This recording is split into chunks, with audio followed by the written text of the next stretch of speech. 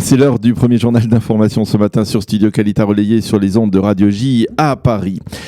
À moins de 10 jours de la date choisie par Benyamin Netanyahou pour instaurer la souveraineté israélienne sur la vallée du Jourdain et sur une partie de la Judée et de la Samarie, l'autorité palestinienne durcit ses menaces. Hier soir, le numéro 2 ou le numéro 3 de l'autorité palestinienne, Hussein Hacher, a déclaré que si l'annexion, selon ses termes, était mise en application dans les territoires, l'autorité palestinienne sera dissoute, ce qui entraînerait la fin des services de sécurité palestiniens et obligerait Israël à reprendre le contrôle de toutes les infrastructures civiles palestiniennes, à savoir la sécurité, mais également l'éducation, la santé publique et même les égouts de l'autorité palestinienne. Comme, a-t-il dit, c'était le cas avant le processus d'Oslo. Nous ne serons pas vos agents dans les territoires, a déclaré Hussein Hacher.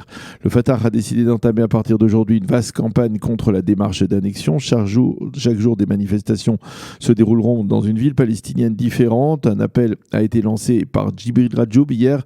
Djibril Rajoub qui avait été l'un des artisans de la seconde intifada. J'espère que les Palestiniens sauront se mobiliser tant en Cisjordanie que dans la bande de Gaza. Il a annoncé qu'une grande manifestation de protestation contre le plan d'annexion est prévue à Jéricho. Cependant, côté israélien, ces menaces ne semblent pas vraiment impressionner le gouvernement de Benyamin Netanyahou. Ce matin, le ministre Zev Elkin, qui est proche du Premier ministre, a rappelé que Mahmoud Abbas a plus d'une fois menacé de démanteler l'autorité palestinienne sans jamais concrétiser ses promesses. Abbas et les ministres palestiniens savent qu'ils ont trop à perdre en démantelant l'autorité palestinienne, a-t-il déclaré. Dans l'entourage du Premier ministre, on reste déterminé à aller jusqu'au bout de la démarche de souveraineté. Hier, M. Netanyahou a envoyé au député Likoud un communiqué dans lequel il affirme que l'évacuation d'implantations pourrait provoquer une menace existentielle immédiate et que ces implantations font partie intégrante de la patrie juive, a-t-il dit. Parmi les proches du Premier ministre, on admet que le seul véritable coup de frein possible à ce projet d'annexion pourrait venir des Américains qui ont d'autres priorités, on le sait actuellement.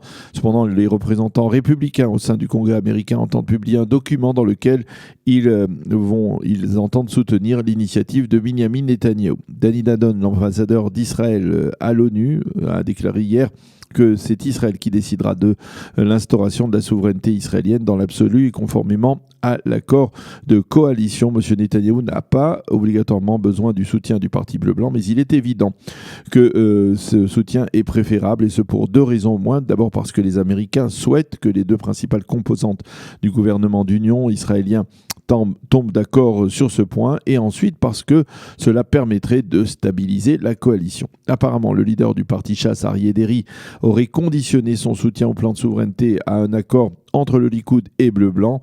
Et si Aryeh Deri ne soutient pas le plan d'annexion avec les autres ministres Chasse, eh bien M. Netanyahou risque d'avoir plus de mal pour trouver une majorité au sein de son gouvernement.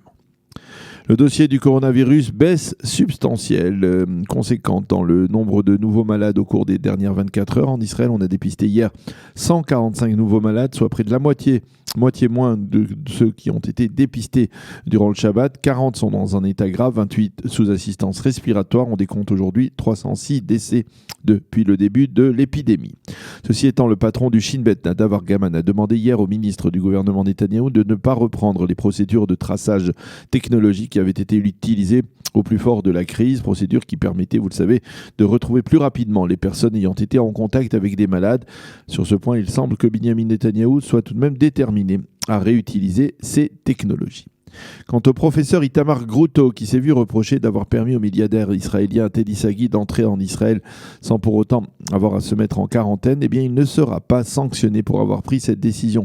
Le nouveau directeur général de la santé publique, le professeur Rezi Levi, a souligné que le professeur Grouto avait commis une erreur, certes, dans la gestion de ce dossier, mais il a accepté ses excuses, des excuses qui avaient été présentées peu après que le professeur Grouto ait été montré du doigt.